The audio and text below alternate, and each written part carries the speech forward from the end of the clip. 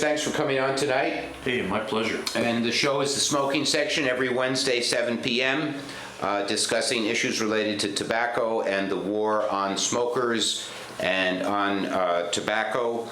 And, we are planning, or at least some of us are planning to go hear this panel discussion at Harvard Law School, which is on Monday the 8th. One of the probably pretty powerful anti-smoking activist in the country, a guy named Howard Koh. Yes. And he was the Commissioner of Public Health for the state of Massachusetts. And I was at a meeting where he had once said that he had wanted or had considered having "You are the scum of the earth" printed on every package of cigarettes sold. So he is very emotionally invested in this issue, you might say. Yes, I would say that's emotionally invested. And which I think, is for a medical doctor to have that dim a view of people that he's supposedly trying to or supposed to help is kind of, I would say, almost unethical. Would you agree with me? Well, it's certainly in a category of not just a technical disagreement, or even a matter of emphasis, like the taxes should be 10% versus 12% versus 8%, but it's putting those you disagree with in a demeaned and vituperative, using vituperative language. Well, that's abusive language. Yeah, I mean, I think, language. and for someone who is a state official and a medical doctor, Yeah. to describe that portion of the population, and but what his thesis is that this portion of the population is not some people who disagree with him, but people who have been ensnared by the tobacco companies. Well, if his view is that the consumers of tobacco are woefully misguided, deluded, ensnared, then he should reserve his abuse for the people selling the tobacco. Well, he does that also. Right, but if you're trying to help people that you think have taken a woeful path, it's not very good rhetoric to abuse them. Right, and I mean, but would you say it's unethical on the part of a medical official?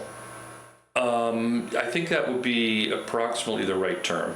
It's unprofessional. It's personalizing it and using abusive language where if something has been made either illegal or is being partially circumscribed by the civil government, that's enough. You don't have to add insult to the stricture of the law. Well, he feels that adding insult, this is part and parcel of the anti-smoking movement, is to kind of denigrate smokers and kind of degrade them as human beings, and that this is an effective way of incentivizing them to quit smoking or to seek treatment for their smoking.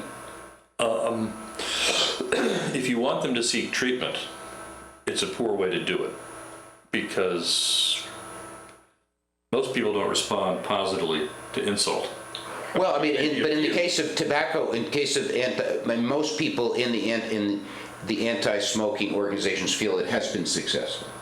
That by degrading people who smoke and diminishing their social standing, that has been one of their efforts, that has been successful in getting people to want to quit smoking. So they feel it's been effective. That's a very good point. I almost expect to see Donald Trump light a cigar up and say, we've had enough of your attitude. People will do what they want. Because you think Donald Trump is a candidate who is kind of standing up to He's kind offending of many smaller bureaucratic sensibilities, and yes, this encroaching, as I'll read in a passage in a few minutes, this ever-encroaching, seemingly mild and benevolent sapping of the will. Always, the nanny state is the generic term. Right, except and other people have been critical of that term, because the nanny state implies someone who has your best interests, Right. and might be a little bit overbearing. Yeah. But certainly in the A case of, misguided benevolence. right, but you know, We passed that a decade or two I ago. wonder if someone like Howard Koh, when he used, you know, and this is exemplified by the kind of scorn that he holds for people who don't, who smoke, that, you know, I mean, is there much benevolence there at all, or is there just, you know, kind of pathological addiction to power and control on his part? Well, I think many of these people are encroaching into that category. You know, there's a big difference. You know, the early Bolsheviks, within the first month or two of their regime in Russia many years ago, 99 years ago, had this little maneuver where they would put, you know, a few thousand people in a train of boxcars, take them like 50 miles out in the dead of winter, 10 feet of snow, and make them get out of the train and just leave them there. Right. They did this more than once. And their purpose was what? To kill them. Oh, really? Yeah. Right. You know, so Right. making people stand outside to have their cigarette in the cold in the dead of winter because you think they're, you know, it's not quite in the same league, but it's this shunning of people. Well, I mean, there have been people who have, I mean, I know there was at least one incident where an elderly person who was living in a non-smoking environment went out onto a back porch, couldn't get back in, and she did freeze to death. And there have been, you know, Right. guys and women standing outside of bars who've been the victims of shooting or assault. They've been subject to other violence and trouble that they wouldn't have been if they'd been allowed to stay in the bar. Yeah. Right. And I think people in the anti-smoking movement feel that it's so important that, you know, they have to break, you know, to make an omelet, you have to break a few eggs. So Yeah. collateral damage. Collateral damage, it's, you know, the drone hit the wedding party, not the terrorist. Sorry about that. Well, I mean, yeah, but yeah, I guess that's similar to the attitude, but I think in general, we have a time, and I'm doing a little bit of writing on this, and I hope to maybe even have a blog, that the Obergefell decision back in end of June, I did a lot of thinking about different ways that people respond, both pro and con. you're talking about gay marriage. The homosexual marriage, same-sex marriage. Right, same-sex marriage, right, yes. And among, similar to me, religious believers, there were 5 or 6 very widely ranging responses. And among people who supported it, I was on Facebook briefly with some friends, some of whom I haven't talked with in decades, and one commented, this is just an example of a wide range on 2 different sides of an issue. He said, one said, I'm kind of laughing at the Fox News people who are lamenting. Yes, And someone else said, well, you know, I actually feel sorry for them. yes. He agreed with the decision, but he felt a little bit sorry for these folks who, you know, Are not happy with the they're not decision. happy. He can at least sympathize. Not happy with the And decision. a third fellow, someone I haven't talked with in 30 years, chimed in and said, no effing way, you know, no mercy. So you had a range among those who agreed with the decision. Right, and your point is what? Well, I'm fascinated with the wide range of opinion, pro and con, even on one thing. On different Yes. different issues that confront the And the American combination population. of theoretical and personal, and to what degree people are prone to vituperation, you know, and we certainly have to find a way to live with one another with some pretty fundamental disagreements. Right. That's always being worked out, but it's getting I would worked say over so. right now. I would say so. Yes. People can't always have their own way, but if they get enough power, they can get a lot of their own way. You know, and certainly Howard Koh and his ilk have accumulated a great deal of power, and in the last 30 or 40 years, and they are having their own way. Now, for example, at this talk that's going to be it's going to be a panel discussion with Howard Koh and his brother, who is, they both worked in the Obama, or Howard worked for the Obama administration, and his brother Harold is a lawyer, kind of into international law types of questions, and they're going to be talking. The title of this event, which is, by the way, on our Facebook page, so if you go into Facebook, please click on it, and if you intend to be there, I think it's an important issue because it's a very important part of globalism. The tobacco control movement is probably, I mean, for example, there are 180 nations who have signed on to the Framework Convention on Tobacco Control, which is pretty far-reaching in terms of advertising, in terms of taxation. I mean, they want to have a global tax, which would, I think, be the first global tax in history. I don't think there's much chance of it coming, God forbid. Yeah. But this would be the first global tax to tax a global entity, which would be on behalf of the global mind. The global mind, and the global mind vis-a-vis tobacco. Yeah. And this is something that is the entree of world government. Well, what the interesting thing to me, and the sad thing to me is that so few conservative groups, or libertarian groups, or even Republicans have stood up against this Framework Convention on Tobacco Control, and are even aware of it. Yeah.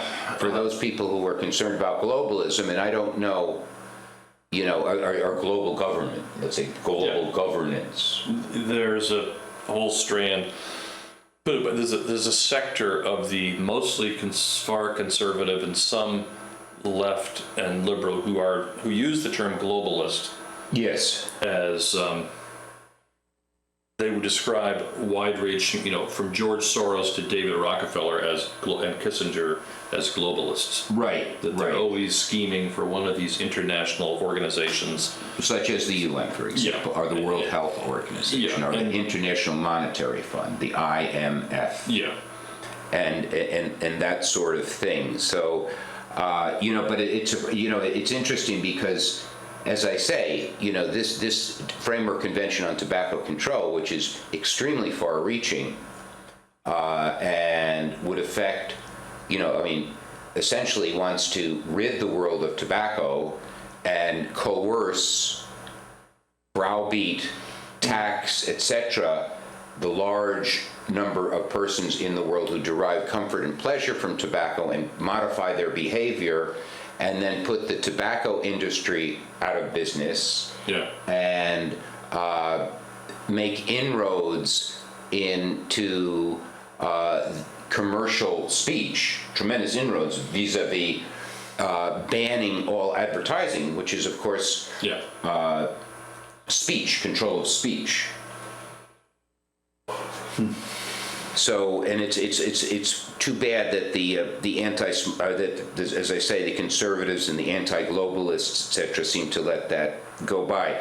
Now, we've talked a little bit about Alexis de Tocqueville, and who was I guess he seems like he was more or less someone who really was concerned about individual freedom. Can I give a 2-minute introduction? Well, okay, give me a 2-minute introduction, please. Alexis de Tocqueville was a Frenchman. He was raised as an aristocrat, which meant he had a massive education by the time he was early 20s. He could lead a regiment, administer a town, or lead a graduate seminar. Okay. I find that hard to believe, but I'll stipulate that. Okay. He was in that, well, they didn't waste their time. He had 20 years. They taught him everything he needed. Well, I mean, he was only 25. I mean, he certainly couldn't have had a lot of life experience, even at the age of 25. I'm inclined to differ. But, okay, go ahead. So he came to the United States in 1829. I just learned about a year ago that he came to study the prison system, the penal system. That was his primary goal? Yeah. I should Yes, I read that in a scholarly source. I haven't read it elsewhere. Okay. Interesting. The other individual that comes to mind who came to this country in 1947 or 48, Alan Paton, was a South African man, English-speaking, white. Beloved, something, the beloved country? Cry the Beloved Country came out, I think it was either the year before or the year after the National Party, which was largely Afrikaner and white, had won Why the do you bring election. up Payton? They both came to this country to study the prisons. Oh, okay. Well, let's get back to Tocqueville. Tocqueville describes many aspects of American life with an uncanny prescience, and I'll just read you one paragraph. Yes, I'd be interested in It's called hearing The that. Kind of Despotism, the Kind of Undue Government Control that Democratic Nations Need to Watch Out For. Above this race of men stands an immense tutelary power which takes upon itself alone to secure their gratifications and watch over their fate. That power is absolute, minute, regular, provident, and mild. It would be like the authority of a parent if, like that authority, its object was to prepare men for manhood, but it seeks, on the contrary, to keep them in perpetual childhood. Infantilizing. Yes, yes. For their happiness, such a government willingly labors, but it chooses to be the sole agent and the only arbiter of that happiness.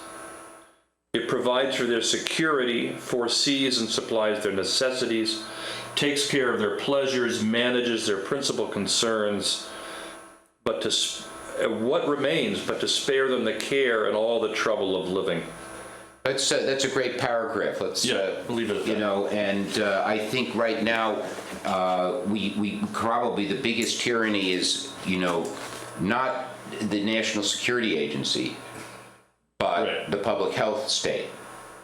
That is very well put. It's not the police, it's the health officials. Right, and you know, it's funny because I was just reading about what's the guy's name who was the Secretary of Defense under Obama? He had been Gates, I think his name. William Gates. William Gates? Yes, I think he was maybe CIA and then defense. He's done a lot of They things. shuffle around. There was a very interesting article about him in the Wall Street Journal this last weekend, and he said, he kind of shrugged off people's concerns about NSA surveillance. He says, well, Google and Facebook know more about you than we do. Than the NSA does, and in addition to that, they care more about you. I know people who, I mean, you know, never in their life have had a phone call or an email or anything that anybody other than themselves would be interested in,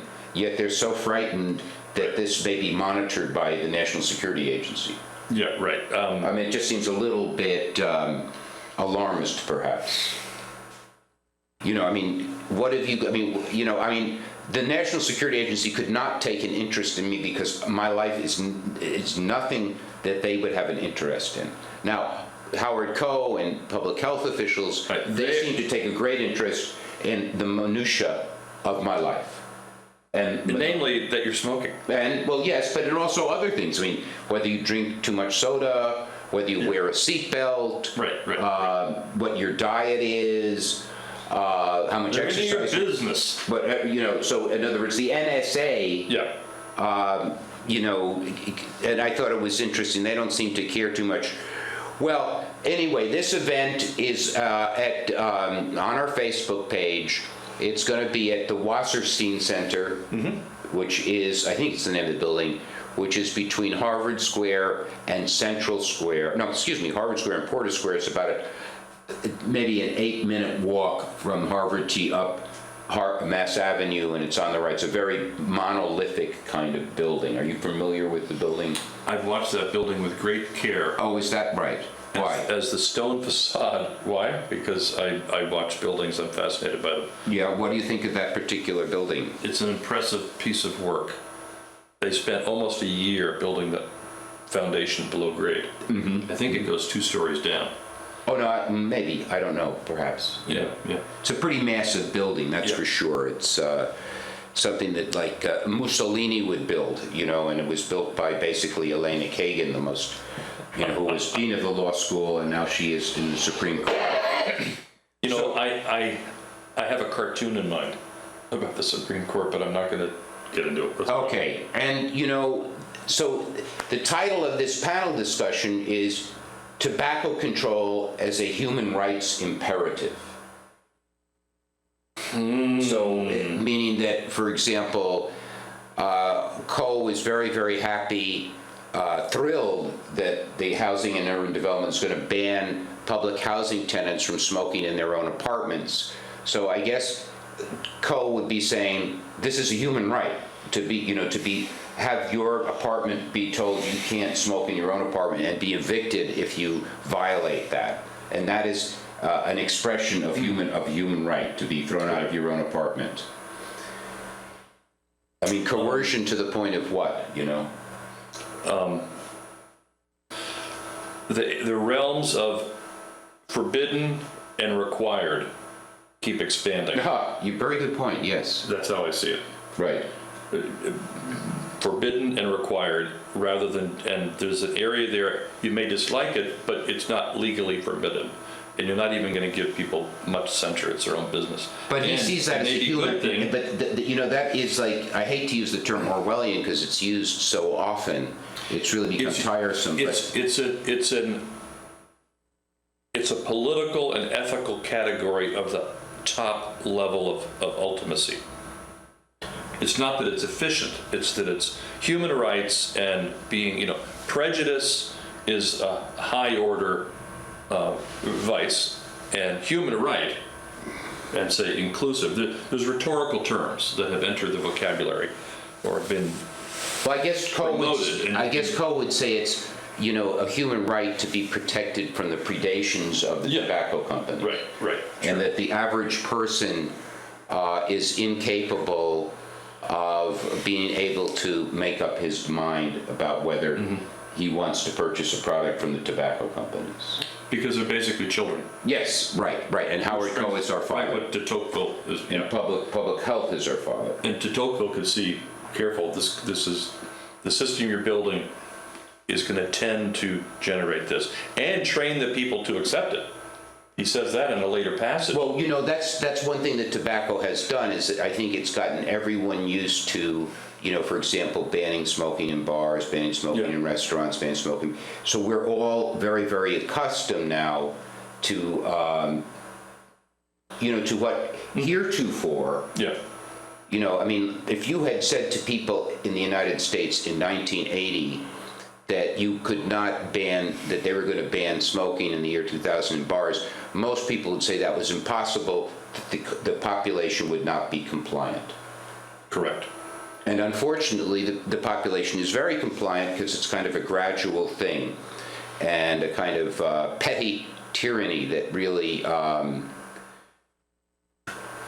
is kind of taking over. Now, we're getting close to the end of the program. Do you have anything else you might want to say about de Tocqueville? I mean, yes. Yes, briefly, he has a passage on the tyranny of democracies. He has another passage that in about 3 pages describes the rationale for what we call political correctness. Yeah. The people who use that term would find it, maybe another time I'll read you a paragraph on that. And he has a very interesting short 3-page chapter on how Americans understand the equality between men and women, what they expect that to mean and what they don't, that I find very relevant to problems in our day. Problems in our day. Well, we have a lot of problems, but as I always say, we also have a lot to be thankful for. I hear. Thanks for watching the smoking section.